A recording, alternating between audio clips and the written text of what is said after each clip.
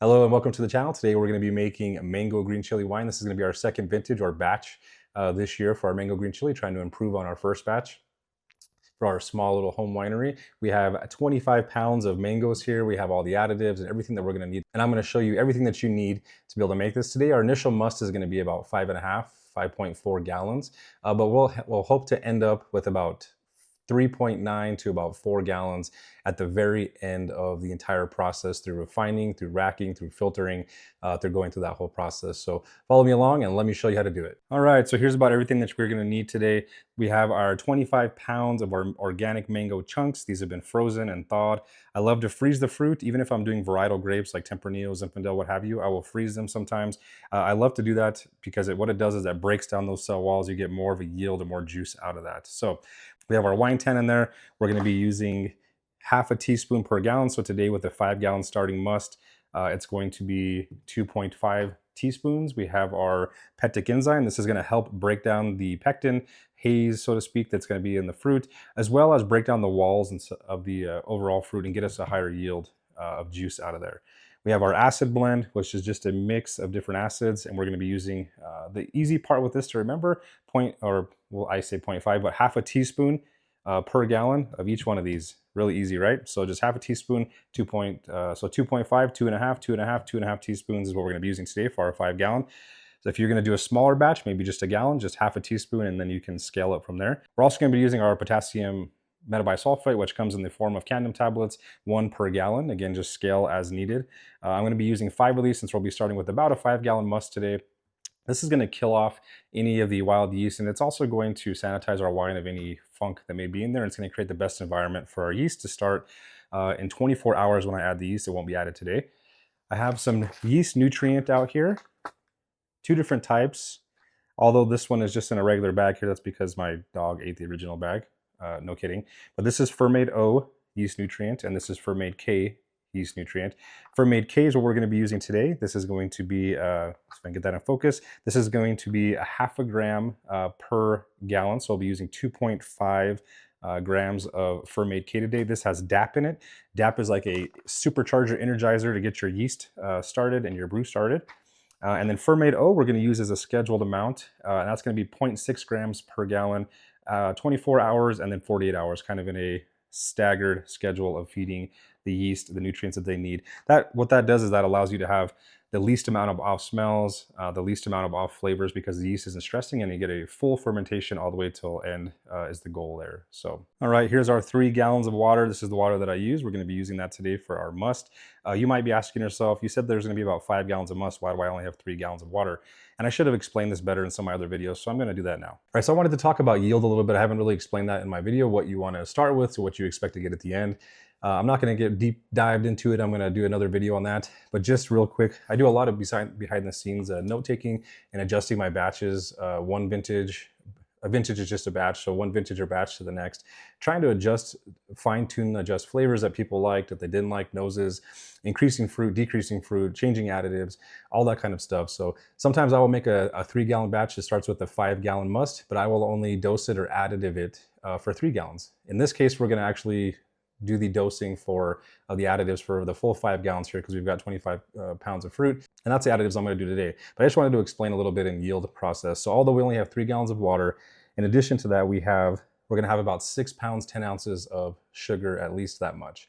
With that displaces the water by about 0.8 gallons, if you will. So we're going to go from 3 to 3.8 already at that point in our overall must, just by adding in the sugar. Once we add in 25 pounds of fruit, the fruit's going to displace it another about 1.6 gallons, give or take, which is about let me look at my notes here. It's about 0.065 gallons per pound of fruit that we're going to be increasing kind of our overall volume here.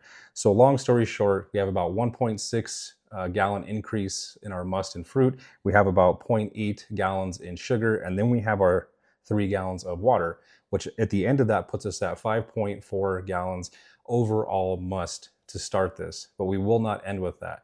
After the refining process, like I said earlier, I also filter my wine, which most people don't do. 99.9% of homebrewers do not filter their wine or sterile filter their wine. With that being said, you're not going to be filtering. You won't lose as much as I do, but you will lose about 10 to 15 or 15 to 16% in your refining process and just racking it. But that's why yield is important to understand. And I'll make another video that's more deep diving nerdy science into that. But let's go ahead and get this started and get into the sugar. All right, so all I'm gonna do right now is just add in some water. That's just enough to cover, again, this is sanitized. This is just enough to cover about an inch or two on the bottom of the pan, because we're going to be adding in sugar here to dissolve it. This makes it easier for the must stage. I also will use a drill at times and not even do this and just add the sugar right into the must. But I realize that for most people, this is probably the easiest way to add in our sugar. So we'll go ahead and tear that out. Then we're going to add about 6 pounds, 10 ounces of sugar. All right, there you have it. We have 6 pounds, 10 ounces. Well, 6 pounds, I guess 10.1. We have 6 pounds, 10 ounces in here with that water. Now we're just going to warm this up, not boil it. We're just going to get this to dissolve. A lot of people will overdo that. You just have to heat it up, let it dissolve, and you're good to go. All right, so while that sugar dissolves, what we're going to do now is just add, and have a stirring wand here. Let's just get a nice sanitized wand. I'm just going to add some water to the bottom of this. This is just the remaining gallon that we had poured originally into that sugar. So I'm just going to pour that in there. This is just going to allow there to be some kind of a liquid on the bottom, so when I pour in the additives, they don't stick to the bottom of the fermentation bucket. This fermentation bucket is a 6.5 gallon bucket. So for this batch that I'm making, you'll need something similar, because you're going to want some headspace between your top of your must and the lid itself. So let's go ahead and get started with adding in our additives. Pectic enzyme, 2.5 teaspoons. Our acid blend, 2.5 teaspoons. Our wine tannin, same, 2.5 teaspoons. And now our candum tablets, we're just going to crush in between 2 spoons. We're going to do 5 of those, because remember, this is an overall probably 5 to 5.5 gallon initial must. All right, so there's our 2.5 grams, half a gram per gallon of our fermented K, which is going to be our yeast nutrient, our shock starter to get our stuff started here. We're just going to go ahead and stir that up. I just find it easier to do it this way, to add a little bit of water to get those additives kind of incorporated together and mixed in. Before I add in the fruit, before I add in the sugar or anything, just add it to just water. Just the easiest way, less mess, easy to incorporate. If you wait till you have your fruit sitting in there and try to add your additives in or whatever, your sugar, you can splash around and then it gets sticky everywhere. That's all you're really looking for when it comes to the sugar, is just a consistency about just like that. You can see that. Nice glossy. If we were to let this sit for a while, it would, let me see if I can get a focus, there we go. If I let it sit for a while, it would clear up, but I'm not boiling it, I'm not overdoing it, I'm not getting it super hot so that I have to let it cool down for an hour or something like that. Just getting it to where it's nice and dissolved, just like it is now. So let's go ahead and get that in. Again, we're looking for that 13 and a half. We may get 12 and a half to 13 and a half, but let's see what we get out of it. All right, so that sugar water's in. Let's go ahead and crush our fruit. All right, so I always use a must bag.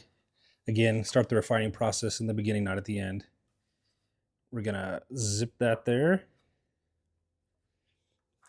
Let's get our crusher. So what I love about these crushers, they fit perfectly over the top. Now I'll add on the feeder.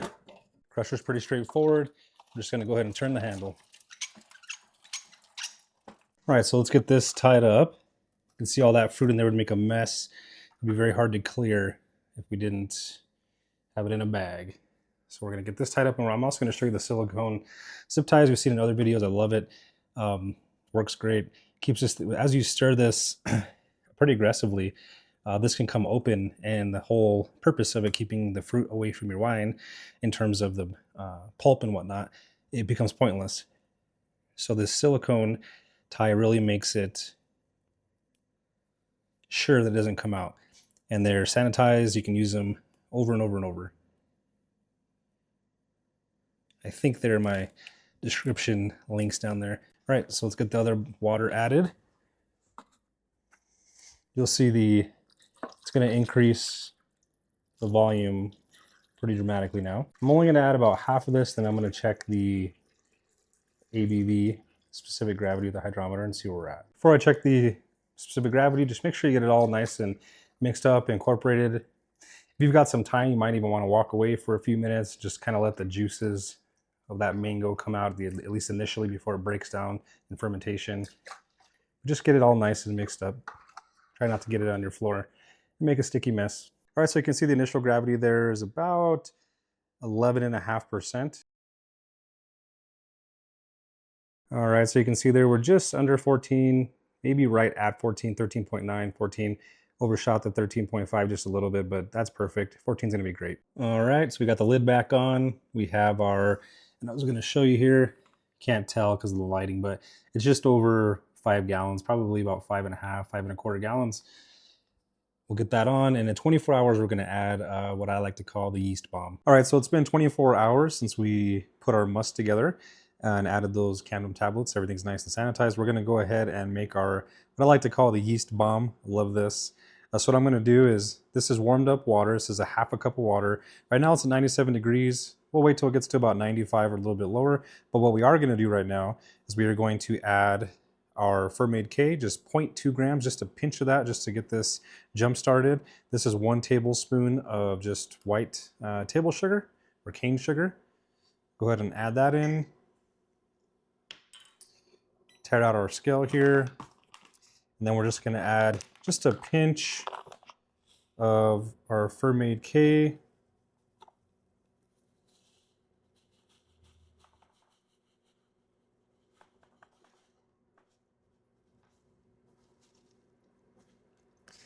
can see it doesn't take very much at all. So we got 0.2 grams of our Fermented K. We'll wait till this, we're gonna shake this up, get it all dissolved, and then we'll wait till this cools down. Actually, right now it's about 93 since I added the sugar. So we can go ahead and add our yeast as well. But I'm gonna shake this up, get it all nice and dissolved, and we'll sprinkle this right on top. And we're gonna be using our 71B for this. 71B puts off some fruity esters, and for this mango green chili, I'd like to see how this turns out with this. I think it'll do great. Not mixing it in yet, just sprinkling it on there. And 71B, it does, like I said, it puts out some fruity esters as it converts those sugars into alcohol. And it's got about a 14% alcohol tolerance, which is right at what our must is at. So it should be fine and get it to ferment all the way down to dry. But I'm more interested in the fruity esters that it's going to be putting off. Even if we didn't get all the way dry and had a little bit of residual sugar, I'm still interested to see how this is going to hang with the mango green chili. So we're gonna let this sit now just like this for the next 15 minutes. In 15 minutes, we're gonna add 2 tablespoons of our must. We'll go another 15 minutes. We'll add 4 tablespoons of must. And then we will go another 30 minutes and you'll see the yeast bomb in action, and we'll add it into our must. All right, so you can see there our yeast bomb is ready to go. See that foam, and I just swirled it a little bit so the foam was actually higher, but so this is ready to go. That's a half a cup of that warm water, a tablespoon of our sugar dissolved, added our yeast, sprinkled it on top. After 15 minutes, I added 2 tablespoons of the must there, which is right there. And then after 15 more minutes, I added 4 tablespoons, which is in there. And then I waited 30 minutes, and that's what you see before you right now. Now we're gonna go ahead and add that right into the must. All right, there's our must. We're just gonna pour that yeast bomb right in there. Get it all out. And then we're just gonna gently stir this around a little bit, get it nice and mixed up. And then this should start fermenting in about 24 hours. For the next 5 days, we will stir this twice a day, once in the morning and once at night, to make sure that we give it the oxygen that it needs. You can see there's a little less headspace than I would like, but it's perfectly fine. We're gonna add that oxygen in twice a day, once in the morning, once at night, 5 days. So let's go to that. All right, so we're checking our mango wine here to see where fermentation is at. We are on day 8 of fermentation, and we are just at about just over 1.010, probably 1.011, 1.012. So we've got about 10 to 12 points there to go, down to get to 1.000. But just kind of letting you guys know how my fermentation is going. Your mileage may vary. Just remember that. Yours may ferment a little bit differently depending on how your must was, what the fruit was. Must can be different even with the same fruit. So just keep that in mind. But we're on day 8. We're almost down to that 1.000. So we're going to keep on trucking and let it dry out. All right. It has been 14 days since our mango has been fermenting, and it is finally below or at 1.000. It's at 0.998 with me, just good to go. So I got some tools out here. We're going to be racking this today for the first time and then putting bentonite into it. This is going to be the funnel, everything sanitized to put the bentonite in. This is the press. You don't have to have a press like I do. I will be pressing the mango that's in there right now. I'll be pressing that to get all the extra juice out of that. I found that makes it a bolder overall wine or mead or whatever that you're making. So you don't have to do this. You can just remove the fruit, toss the fruit, and then rack out of your fermentation vessel. This is just my process. There are a couple of things I do that are kind of beyond the regular process that is not necessary. So we have our 2 small jars here. We'll be mixing our bentonite in that more than likely. And I'll show you how to do that. Again, everything's sanitized. We have our racking cane, our bungs, our airlocks, and everything ready. The only thing that I do not have right now, here's our bentonite, is I usually have the glassware out here, but not yet, because what I want to see is once I remove the fruit from here and we get it out of the bucket, we'll be able to look at the line here and see exactly how many liquid gallons we have. Now we won't be dealing with the fruit anymore. The volume will be a little bit less, and I can wash the appropriate vessels for what I'm going to need for the volume. So let's go ahead and get this pressed and then racked over. All right, now we're just going to reincorporate all that nice pressed mango juice, wine now, back into the overall wine here. Then we'll look at the side, we'll see how much volume is actually there and what glassware we need to get rid of. All right, so we are ready to rack. I don't know if you can see this, but we're just over 5. We're about right about here with all of our liquid now. So Glassware prepared a 3 gallon, a 1 gallon, and a half gallon.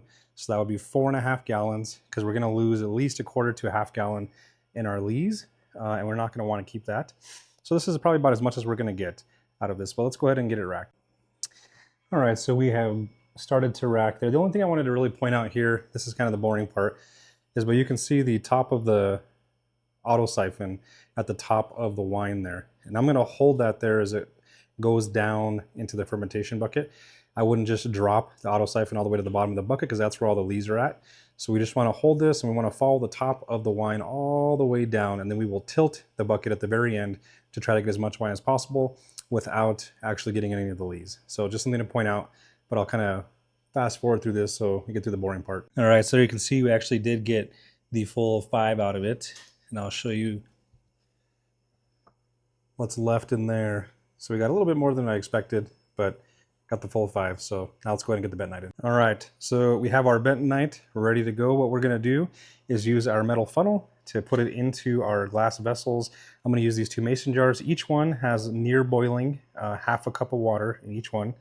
And this is a ½ teaspoon measure. What we're gonna do is put in 2 teaspoons of bentonite into each one of these. So 4 ½ teaspoons here, 4 here. We're gonna shake the hell out of it and make sure that it really mixes up into a clay-like consistency or liquid consistency. What happens with bentonite is if you don't mix it well enough, it will stick to the bottom, kind of mold up, and you won't be able to get the clay to be like a little rock or little pebbles. What we're looking for here is a smooth consistency. All right, so I'll do one of these. I'll save you the boringness of watching the other one.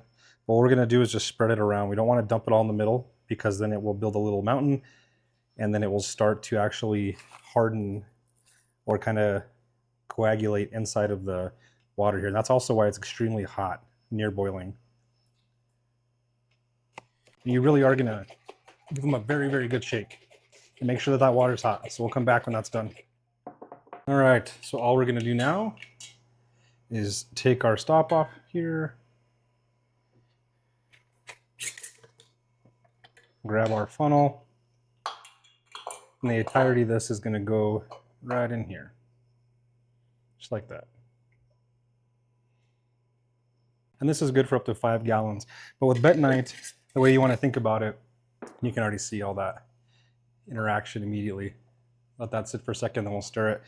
But with bentonite, think of it as up to 5 gallons. So I'm going to split this now between the 2 1 gallons here. Just split it between the 2, which is perfectly fine. It's not going to hurt anything at all, that it has too much or anything like that. So we will split that, and then we're going to agitate them up really well. All right, so our bentonite is all incorporated and mixed into our wine. What we're going to do now is this will sit for about the next 7 to 10 days. We'll check in on it. Over the course of this, what we'll also do is probably around the 3 to 4 day mark. Let it kind of settle down a little bit. We'll go ahead and incorporate our green chili. We're going to be doing green chili into these two, but we're going to be leaving this mango in the middle alone. Since we have that extra gallon, we're going to be leaving that by itself and just see what we can do with the mango by itself. So these two will be green chili. That'll be the mango. We'll come back whenever I show you how we're going to add in the green chili. All right. So it has been a few days since we added the bentonite. We're getting a nice clearing up here of our mango wine. We're going to go ahead and add in our green chili to this 1 gallon and this 3 gallon. I'm going to do something a little bit different with this and keep it off to the side. Talk about that later. Let's go ahead and get this in. Last time I added 4 ounces of roasted green chili into 1 gallon. So I'm going to do 12 ounces at that same ratio for our 3 gallons. Again with 4 ounces, and that's also because we changed the chili a little bit. Let me show you that. All right, so here is that wonderful roasted green chili. This is a lot better quality than the last one that we used. This is from our favorite producer here in New Mexico. So we're gonna, and the other difference is I'm gonna leave all the roasted skin on. I'm gonna leave the seeds in. I'm gonna leave everything as is. I'm just gonna add it into my little sanitized mini must bag, if you will. I'm gonna put my green chili in here. That way it doesn't just fall apart in the wine and get harder to clear out. So let's go ahead and do that. We're gonna do 12 ounces for the 3, 4 ounces for the 1, 8 ounces. Whoop, there it goes, just like a dirt just dropped in there. So I was gonna show you guys. I just had to kind of squeeze it into a cylinder to get it in through these small opening of the carboy here. So there it's gonna sit at least for the next probably 3 days. I think is what we did last time. I'm gonna check this every single day, make sure that it's not too spicy, too bad. I don't really care that much about the lees. I'm not gonna stir them up 100%, but I will give this a little jostle here. You can see I removed some wine, which is just right there with my wine thief. I'm gonna go ahead and put that back in, fill that headspace up a little bit more, and then this is gonna sit and we'll taste it daily and see how it comes out. All right, so our wide mouth 1 gallon, love these things, a lot easier to add in any kind of spices, herbs, or in this case, green chili. We're gonna taste both of these over the course of the next several days. This one, I assume 1 to 3 days. We'll see. This one may be a little bit longer, a little bit more infusion going on here, more volume of overall wine to get really infused with that roasted green chili. But we'll see, and I will give you the exact time frames that I use. We'll put that back on. So for our 1 gallon that's left here, what are we gonna do with that? Well, it's gonna work out perfectly because as we work our way through this, depending on, it's kind of a safety measure. Look at it like that. We can either, if we don't need it, then maybe we can put some strawberries in it, or maybe we'll infuse it with something else. But if we overshoot with our green chili here, it becomes too spicy. It's too much for the wine, so to speak. We can always use this wine to dilute that spiciness in either one of these vessels.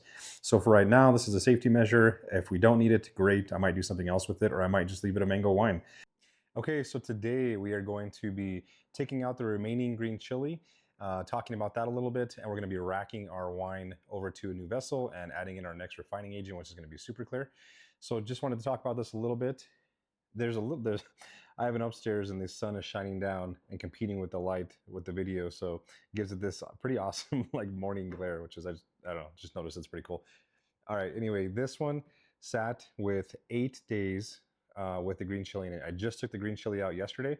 I wanted to give the larger vessel here a little bit more time, so I gave it 1 extra day. And it's right at the liking or the smell that I like, the nose. There's a green chili nose on it. There's a slight bit of spice noticeable, and the overall flavor of green chili is there, but it's kind of in the background or in the middle, but it's not overtaking the wine. And that's what we're looking for, just kind of that nuanced flavor of green chili, and then more of a nose too, what we're looking for. This one, I never did put green chili in. I kept that alone. And what I'm gonna do with that is, at my wife's request, I'm gonna go ahead and leave this one just mango. So we're gonna keep this its own batch. This is just gonna be a mango wine, no green chili. So we're gonna go ahead and get these racked over, and let's go ahead and get that started. All right, so that's racked over. There's our lees left behind. And that's what you kind of want to make sure you're staying away from. Kind of as expected. Worked out. We got our full 3 gallon here that we had to use some of our other 1 gallon green chili to kind of fill back up for our headspace. We got our ½ gallon here, and then this is our 1 gallon of just our mango without green chili. You can see that headspace right there. That's okay, because all we're going to be doing is putting this into a refining stage, which you can see it already looks pretty good. So that's not going to only take about 5 to 7 days, maybe 4 to 7 days, and we'll get this pretty quickly into a bottle in the next less than 2 weeks for sure. All right, so we're going to go ahead and get in our first part of our super clear. Remember, this is a 2-part refining agent. I've already cut it in 2. This is going to be the first part, which is going to be our ketasol. We're going to add this in. We're going to agitate our wines pretty heavily. Then we're going to let them sit for an hour up to 24 hours, kind of your choice at that point. I usually do it about an hour. I'll do it, and then if I have things to go about doing the day, then I'll come back and add in the second part. But we'll go ahead and add this in. What I'm going to do, I'm going to put at least 2/3 into it, to our 3 gallon, so our bigger carboy here, and then I'll put about 1/3 of it over into our 1 gallon. This is good for up to 5 gallons, so that should be perfectly fine. With our little 1/2 gallon baby carboy over here, by the time these clear up with the super clear, the 1 gallon and the 3 gallon, this is going to be clear enough to where we can probably bottle it, filter it, etc. So I'm not going to put any super clear in here particularly. I'm just going to let this kind of go by naturally and let this clear out. Smaller containers are always easier to clear out, and they'll always clear sooner than bigger ones. So I'm going to go ahead and leave super clear out of this one, but we're going to get it into our other 2. All right, so we have 13.7 total grams of our, although it's a liquid, but bear with me, we're gonna have 13.7 total grams of our ketasol here. So what I'm gonna do is I'm gonna put in 10 grams into our 3 gallon, and I'm gonna put in 3.7 grams into the 1 gallon. That's ensuring that we get at least 2/3 into our big boy here and make sure we get it cleared out. All right, so here is our 10 grams of our ketasol, our first part of the super clear process, into our big 3 gallon here. And here's the remaining solution into our 1 gallon. Looks just like a drop, but it'll be enough. For our 1 gallon here, a little bit easier. That's why I love working with 1 gallon containers. All we're gonna do is just really shake this up. For our 3 gallon, we're gonna go ahead and use the drill here and get that stirred up. Just make sure to be careful that it doesn't come out the top of the carboy. All right, so we have them settled up on our fermentation table in the wine room. And the reason that we're gonna move them before we put in our chitosan, which is gonna be our next part of this refining agent, is because once this gets in there, the chitosan is gonna be added very, very slowly. So we're gonna add it in at about a 30-second pour, even though it's a very small amount of liquid. And that's to let it kind of settle down to the bottom, work with that ketasol to pull out all these particulates out of that are suspended within the wine to make it nice and refined, okay? So if we move this after we add our second part, right after we move it, it gets all mixed in and it falls to the bottom kind of unnaturally, like it's not supposed to. So we're just gonna let it sit and do its thing. You can already see, look at the difference in the 3 gallon here. And it also has to do with lighting because there's more volume here, but not totally. So the 3 gallon clarity, that 1/2 gallon clarity, and the 1 gallon clarity. So you can see the smaller containers are always gonna be like that. It's the same thing if you were to put this into, it's the same thing if you were to take a bottle out of this, it would look better, but it's still because of the overall volume here, it takes longer to clear. So just something to keep in mind. So we'll come back and add that second part. All right, so it has been 2 hours for me at least. I took care of some stuff, went to the gym and got that out of the way.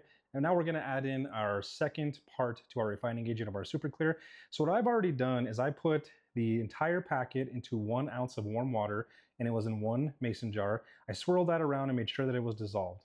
That's the first thing. Now what I do know is that the second packet of super clear has 47 grams of liquid in it. And since we have a 3 gallon batch to dose and a 1 gallon batch to dose, I'm gonna put 2/3 of that into the 3 gallon and 1/3 of it into the 1 gallon. So roughly, give or take, that's gonna give us about 32 grams in this container here. That's gonna go into our 3 gallon, and about 15 grams in here that's gonna go into our 1 gallon. All right, so let's go ahead and get this. And I'm gonna start with the 1 gallon here. I'm gonna put in my, if you don't have one of these, get one, it will save you a lot of mess. This is a sanitized funnel there. What we're gonna do now is take in our 15 grams. We're gonna slowly pour this in, and we're gonna count to 30 in our head, essentially. That's how slow they want you to pour it in. And it is important because it needs to slowly trickle down through here and meet up with its first partner, the ketasol, and then start pulling those particulates out of the suspension of the wine and pushing them to the bottom so they can fall to the bottom. All right, so there you go. Our chitosan is in our 1 gallon and in our 3 gallon. Remember this 1/2 gallon, I'm just gonna let it sit, clear up kind of naturally, see how that goes. This should take about In about 48 hours, you're going to see pretty much a pretty dramatic difference in the clearing process of this. Super clear works pretty fast. However, with that being said, it could take up anywhere from 7 to 12 days to get really as clear as we want it to be. So we'll see, we'll keep checking on it. I'll show you what it looks like whenever it's done, and then we will get this ready for bottling. All right, so we are 24 hours. Our super clear has done its thing. Off camera, I went ahead and I filtered all my wines, so your super clear should be about done by now or getting close to done. It may look something close to this, or it may look a little bit cloudy like this. This is our just straight mango that we did not put the green chili in. This is perfectly clear still. You can see that. There's just a slight haze, and sometimes that happens, but it's perfectly clear. So if yours looks like this or it looks like this, it doesn't matter. It's going to be ready for the bottle. There's nothing in this, and it's perfect for that. Once we get this into a bottle, it'll actually look better. A little bit more volume like this actually makes it look a little bit worse than it is. But you can see here, if I can move this potassium sorbate out of the way, it is perfectly clear there. So what we're going to do is, it's 24 hours beforehand. What I'm going to do is I'm going to measure my SO2 in here. After the filtering process here, I lost a little bit there, so I got about 2 3/4 gallons here. What you're going to be adding now, 24 hours before we do our bottling, is 1 Candem tablet per gallon. This is a half gallon. I'll put a half a Candem tablet in there. The big boy here, I'll measure and make sure that I get it right with my Metrica machine, and then I'll put in a dosed amount here, in particular grams, but that's not for another video. That's more advanced. All you need to worry about is 1 Candem tablet per gallon is going to be your sulfites. That's going to keep your wine well protected while we back sweeten it tomorrow and bottle it, and then as well as in the bottle. We also have our potassium sorbate here, which is going to be a half a teaspoon per gallon. So I'm going to go ahead and add in even though this is not a full 3 gallons, I'll go ahead and add in, that'd be 1.5 teaspoons total, 3 half teaspoons to prevent that. Once we back sweeten it with some sugar, we're going to want to make sure that this doesn't continue to ferment if there is any microparticulates of yeast left in there. So that potassium sorbate will prevent that. And adding in our sulfites and our potassium sorbate 24 hours before bottling really does do the trick, and it lets them set up, lets them prepare for that sugar that's about to be added in, at least in my experience. And you get less lees over time in the bottle. And for our small one here, our half gallon, I'll just put in 1/2 teaspoon of potassium sorbate, which will just be fine. So all I have here is some wine from our green chili wine. I'm going to put in my potassium sorbate in here. I'm going to shake that around and get it all nice and mixed up in here, and then I will incorporate it, pour it right back into here. Then what we're going to do is I'm going to slowly spin this up, not to aerate, get too much oxygen in there, but I'm just going to stir it up and get everything nice and incorporated in there pretty slowly, like really slowly. Put the stopper back on, wait 24 hours, and we'll be bottling that tomorrow. So go ahead and get that done. All right, I went ahead and added the sulfites and the potassium sorbate. And I said, I know I'd say I see it bottling, but I did want to mention real quick. So I filtered this, it's ready to rock. The super clear is done. Like I said, it's done its job. Before you add in the sulfites, before you add in the potassium sorbate, you need to rack it one time. So my racking was the filter process, but you do need to rack it. See how there are no lees whatsoever in the bottom? You can see right through that. That's what you want to see. Nothing at the bottom, no lees. You want to try to rack it as clean as possible, because you're going to be adding in those sulfites and the potassium sorbate, and you're going to be mixing it up, and you don't want to stir those lees up into your wine. So you want to rack them off that, get them into a new vessel, put it in your sulfites, put your potassium sorbate in, and then bottle tomorrow. All right, so guess what day it is? It is bottling day. We got our bottles all sanitized up there on the bottle tree. If you don't have that bottle tree, I highly suggest you get that. Best thing, time saver in the world. We got our floor corker, and we have our wine that we're going to be racking into a bucket here, and then our sugar, and then our funnel, our tasting glass, and our fancy wine baster, so to speak. So let's go ahead and get this racked over to a bucket so we can add some sugar to it and get started.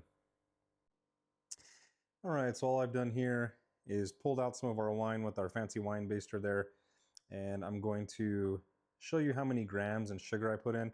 Now keep in mind, my volume might be different than yours. Likely it's not going to be exactly the same. So what I'll end up doing at the end is I will take a specific gravity reading so you can see what I ended at least for my taste. But in the meantime, I'm going to start with a cup. I know that starting with a cup is always a good area to start with this much volume, just by experience. So I'm going to start with the cup here. Go ahead and pour that in.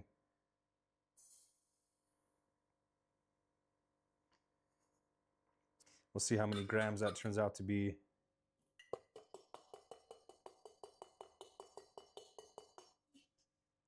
So about 209 grams is what I'm going to start with, 210. I have two tasting glasses here. One has the original wine in it. So where we started at, the base wine, this is going to be my tester. So let me do some testing and let's see where we get at with our sugar and back sweetening. I did want to mention this is the way that I back sweeten. So I take the wine, a little bit of wine, so that I'm not aerating the whole thing there and stirring it as least as possible. And I put the sugar in with the wine, and then I try to dissolve it mostly in the mason jar. So I'm affecting the smallest amount of overall volume of the wine as a whole. So once this gets dissolved, this doesn't have to be perfectly dissolved. Once it gets mostly dissolved, I'll pour it into the wine here, and I'll start in with the big stirring wand, nice and slow, as not to create too much agitation or oxidation, and then we'll taste test it. All right, so sweetening is done. I added 519 grams of sugar overall to get what I think is going to be good for this mango green chili wine. That brought us back up to a specific gravity of 1.008.